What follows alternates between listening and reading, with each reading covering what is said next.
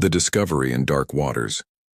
The toxic fog rolled across the surface of Nethys 7's poisoned oceans like a living creature, thick and yellow-green, carrying the bitter taste of industrial death.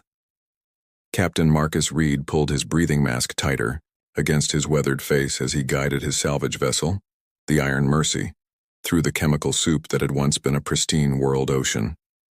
The scanner's soft beeping cut through the drone of his ship's engines. Marcus leaned forward in his pilot seat, squinting at the display through the murky viewport. 3 years of working these dead waters had taught him to read the signs. Most debris sank straight to the bottom, but this signal was different. It moved with purpose, fought against the current. "What the hell?" Marcus muttered, adjusting the scanner's range. The object was large, metallic, and definitely not natural wreckage. His fingers danced across the control panel, bringing the Iron Mercy closer to the source. The fog parted like curtains as his ship pushed through, and what Marcus saw made his blood run cold. A cage, roughly 6 feet square, bobbed in the toxic waves. Inside, pressed against the corroded bars, was a figure that made him question his sanity. She was clearly not human. Her skin held a crystalline blue tint that caught the dim light filtering through the poisonous atmosphere. Long silver hair clung to her shoulders, soaked through with the acidic water that was slowly eating away at the cage's metal frame. But it was her eyes that stopped Marcus's heart. Even from 50 meters away, even through the chemical haze, he could see them. Bright amber, wide with terror, staring directly at him. "Son of a bitch," Marcus breathed.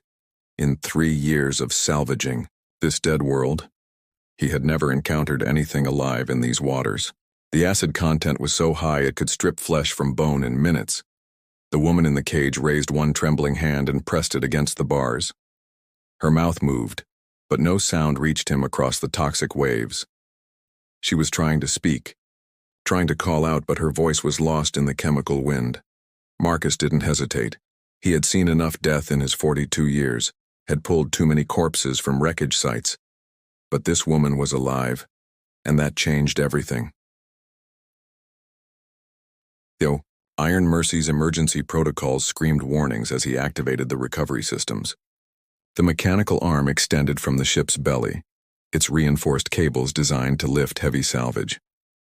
Marcus worked the controls with practiced precision, fighting against the corrosive atmosphere that tried to eat through his equipment. The cage was heavier than it looked. As the mechanical arm secured its grip, Marcus could see why. The metal was some kind of alien alloy, designed to resist the very acids that were now slowly dissolving it. Someone had built this prison specifically for this environment, knowing exactly what these waters would do to organic tissue. The woman inside never stopped watching him. Her amber eyes tracked every movement as the cage rose from the deadly ocean. Water streamed from the bars, carrying wisps of chemical steam. Marcus could see burns on her exposed skin where the acid had found its way through gaps in the metal. She should have been dead. The toxic exposure alone should have killed her within hours, yet here she was, conscious and aware. Her strange blue-tinted skin somehow resistant to the chemical hell surrounding them. The cage settled onto the Iron Mercy's deck with a heavy clang. Marcus wasted no time, grabbing his emergency kit and rushing from the pilot's cabin. The woman watched his approach, her body pressed against the far side of the cage. She wasn't cowering exactly, but every line of her posture spoke of learned caution. "Easy there," Marcus said, though he doubted she understood his words. "I'm going to get you out of this thing." The lock on the cage was corroded beyond recognition, fused shut by the acidic water. Marcus pulled out his plasma cutter, a tool designed for breaking down the toughest salvage materials. The woman's eyes widened as the cutting torch flared to life, but she didn't flinch away. The first bar took 30 seconds to cut through. The metal was incredibly dense, and Marcus found himself wondering what kind of species required such extreme containment. The woman inside wasn't large or particularly imposing. She stood maybe 5.5 feet tall with a slender build that spoke of grace rather than physical power. As the second bar fell away, creating an opening large enough for her to escape, the woman finally moved. She reached through the gap, with one trembling hand, her fingers barely brushing Marcus's gloved wrist. The touch lasted only a moment, but he felt something strange. A warmth that had nothing to do with temperature, a sense of gratitude so profound it made his chest tight. Telepathic, Marcus realized aloud. The woman's amber eyes widened in surprise. She understood him, not through language, but through something deeper. Marcus helped her climb through the opening in the cage, supporting her weight as her legs buckled. The acid burns were worse than he had initially thought. Patches of her crystalline blue skin showed angry red welts where the toxic water had eaten through. Her silver hair was brittle from chemical exposure, and her breathing came in short, painful gasps. "Let's get you inside," Marcus said, lifting her carefully in his arms. She weighed almost nothing, her body dehydrated and weakened from whatever ordeal had led to her imprisonment. The Iron Mercy's medical bay was small but well equipped. Marcus had patched himself up enough times to know his way around emergency treatment. He laid the woman on the examination table and began working quickly, cleaning the acid burns and applying neutralizing compounds to prevent further damage. She never made a sound, even as the medical foam hissed against her wounds. Her amber eyes remained fixed on his face, studying him with an intensity that was both unsettling and strangely comforting. There was intelligence there, and something else. Hope, maybe, or simple disbelief that someone had actually stopped to help. "My name is Marcus," he said as he worked, wrapping clean bandages around the worst of the burns. "Marcus Reed. I don't know what you are or where you came from, but you're safe now." The woman's lips moved, forming shapes that might have been words in a language he didn't recognize. Then, surprising him completely, she spoke in accented but clear English. "Zara," she whispered, her voice rough from chemical exposure. "My name is Zara Velthara." Marcus paused in his bandaging, meeting her amber gaze. "Zara, that's a beautiful name. Can you tell me how you ended up in that cage?" Her expression darkened, and for a moment Marcus thought she wouldn't answer. Then the words came, halting and painful. "They said I was too dangerous to keep. My people. We can touch minds, share thoughts and feelings. The traitors who captured me were afraid of what I might learn from their memories, so they decided to dispose of their problem." The casual cruelty of it hit Marcus like a physical blow. Someone had built that cage specifically to kill her, choosing the slowest and most agonizing method possible. They had thrown her into these toxic waters expecting the acid to do their work for them. "Bastards," Marcus growled, his hands clenching into fists. "How long were you in there?" 2 days, Zara replied, her voice growing stronger. "Maybe 3. Time becomes flexible when you're dying." Marcus finished with the bandages and stepped back, studying his work. The woman looked fragile, wrapped in white medical tape, but there was something unbreakable in her amber eyes. She had survived 2 days in hell and emerged with her sanity intact. "Well, Zara Velthara," Marcus said, offering her a small smile. "Welcome aboard the Iron Mercy. It's not much, but it's home." For the first time since he had pulled her from the cage, Zara smiled back. It transformed her entire face, revealing a beauty that had nothing to do with her alien features and everything to do with the spirit that refused to be broken. "Thank you, Marcus Reed," she said softly, "for being the kind of human who stops for drowning strangers." Outside, the toxic winds of Nethys 7 howled across the poisoned seas, but inside the Iron Mercy's medical bay, 2 unlikely souls had found something neither had expected to discover in this dead corner of the galaxy. They had found hope.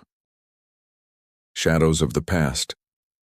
The medical bay of the Iron Mercy had become Zara's sanctuary over the past week. Marcus had insisted she take all the time she needed to recover, and the alien woman found herself grateful for his patience. Her crystalline blue skin was healing remarkably well, though the deeper acid burn still ached when she moved too quickly. She sat cross-legged on the examination table, practicing the meditation techniques her people had taught her as a child. The gentle hum of the ship's life support systems created a soothing background rhythm, helping her center her scattered thoughts. "Feeling better?" Marcus's voice came from the doorway. He leaned against the frame, holding 2 steaming cups of what he optimistically called coffee. In reality, it was a synthetic brew that tasted like burnt metal, but it was warm and caffeinated. Zara accepted the cup gratefully. Much better. The burns are healing faster than I expected. Ether and physiology has some advantages when it comes to recovery. Marcus settled into the chair across from her, studying her face with those perceptive brown eyes. You look worried about something. Want to talk about it? The concern in his voice made Zara's chest tight. It had been so long since anyone had cared enough to ask about her well-being that she had almost forgotten how to respond to genuine kindness. I've been thinking about the traitors who captured me, she admitted. About what they wanted from me, specifically. Telepathic interrogation, you said? Yes, but there's more to it than that. Zara wrapped her slender fingers around the warm cup, drawing comfort from its heat. The Nexus Syndicate specializes in information brokerage. They steal secrets from governments, corporations, anyone with valuable data. A telepath who can extract memories directly from a subject's mind would be incredibly valuable to them. Marcus frowned. So they weren't just planning to use you once and dispose of you. No, they were planning to keep me indefinitely. Use me to torture information out of people, then sell that information to the highest bidder. Zara's voice grew heavy with the weight of what she had escaped. When I realized what they intended, I tried to resist. That's when they decided I was too much trouble to keep alive. But they couldn't just kill you outright? Ether in death releases a telepathic pulse that can be detected across star systems. If they had simply executed me, my people would have known immediately where to find my killers. By throwing me into those toxic waters, they made it look like an accident. Marcus was quiet for a long moment, processing the implications. When he spoke again, his voice was hard with anger. They're going to keep looking for you. Yes. The investment they made in capturing me was substantial. They won't give up easily. Then we need to make sure they can't find us. Marcus stood up, pacing to the small viewport that looked out onto the chemical soup of Nethys 7's atmosphere. I've been thinking about that too. These waters won't hide us forever. Zara studied his profile as he stared out at the toxic fog. There was something different about him today, a tension in his shoulders that hadn't been there before. What? Aren't you telling me, Marcus? He turned back to her and she saw the conflict in his expression. I received a transmission this morning. Coded channel, old freight pilot frequency. Someone's been asking questions about salvage ships operating in this sector. The cup in Zara's hand suddenly felt too heavy. The Syndicate? Probably. They're being subtle about it, but the description matches the Iron Mercy perfectly.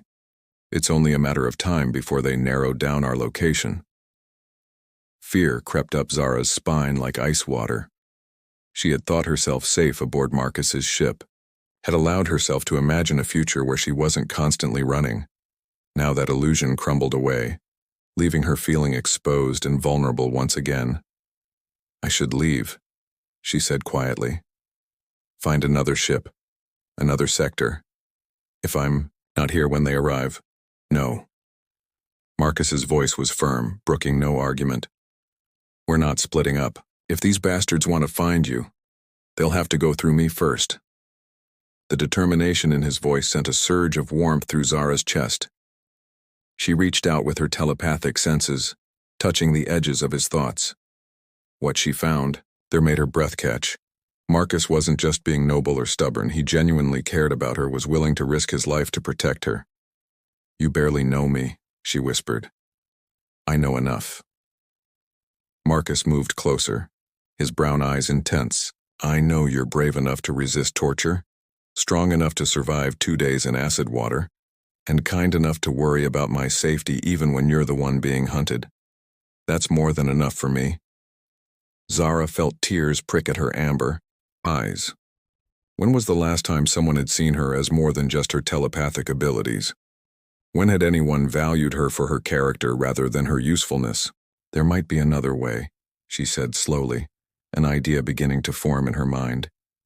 Something that would keep both of us safe. Marcus raised an eyebrow. I'm listening. The Ethran Collective has resources, ships, weapons, safe harbors scattered across the galaxy. If I could make contact with them, explain what happened, would they help, even after you ran away from home? Zara hesitated.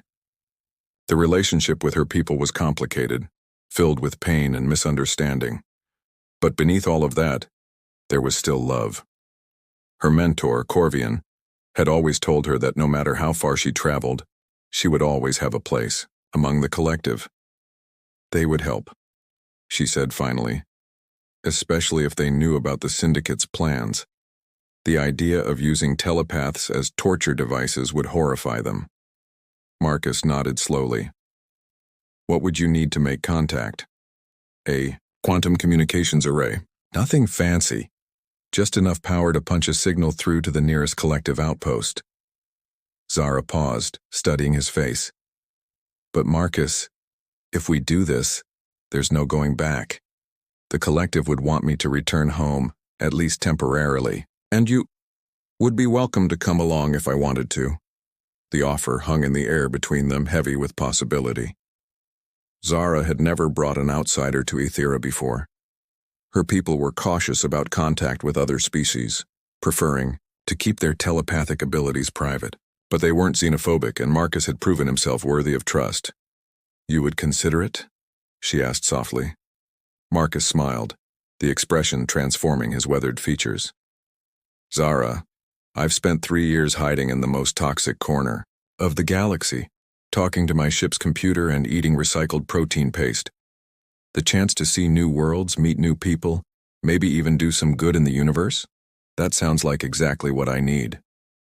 The relief that washed over Zara was so intense it made her dizzy. She had been preparing herself for another goodbye, another lonely journey into the unknown. Instead, she was being offered something she had never dared to hope for. Partnership, companionship, maybe even a home.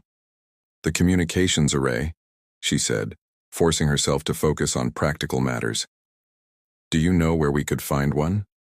Marcus grinned. As a matter of fact, I do. There's an abandoned research station about 6 hours from here. The scientists who worked there left in a hurry when the planet started dying, but their equipment should still be functional. And the Syndicate won't expect us to visit an irradiated wreck in the middle of nowhere. It's perfect. Zara set down her cup and stood up, testing her strength. The movement sent a brief spike of pain through her healing burns, but it was manageable. When do we leave? As soon as you're ready. The sooner we get that message out, the sooner we can put this whole nightmare behind us. As Marcus headed for the door to begin preparations, Zara called out to him. Marcus? He turned back, eyebrows raised. Thank you. For everything. I know I keep saying it, but I need you to understand how much this means to me. Marcus's expression softened. You don't need to thank me, Zara. We're partners now. We look out for each other. After he left, Zara remained standing in the medical bay, processing the events of the past week. She had been thrown into the ocean to die, but instead she had found something precious, a future worth fighting for. The Iron Mercy's engines hummed to life around her, carrying them toward the abandoned research station and the possibility of real safety. For the first time in years, Zara felt something she had almost forgotten. She felt hope.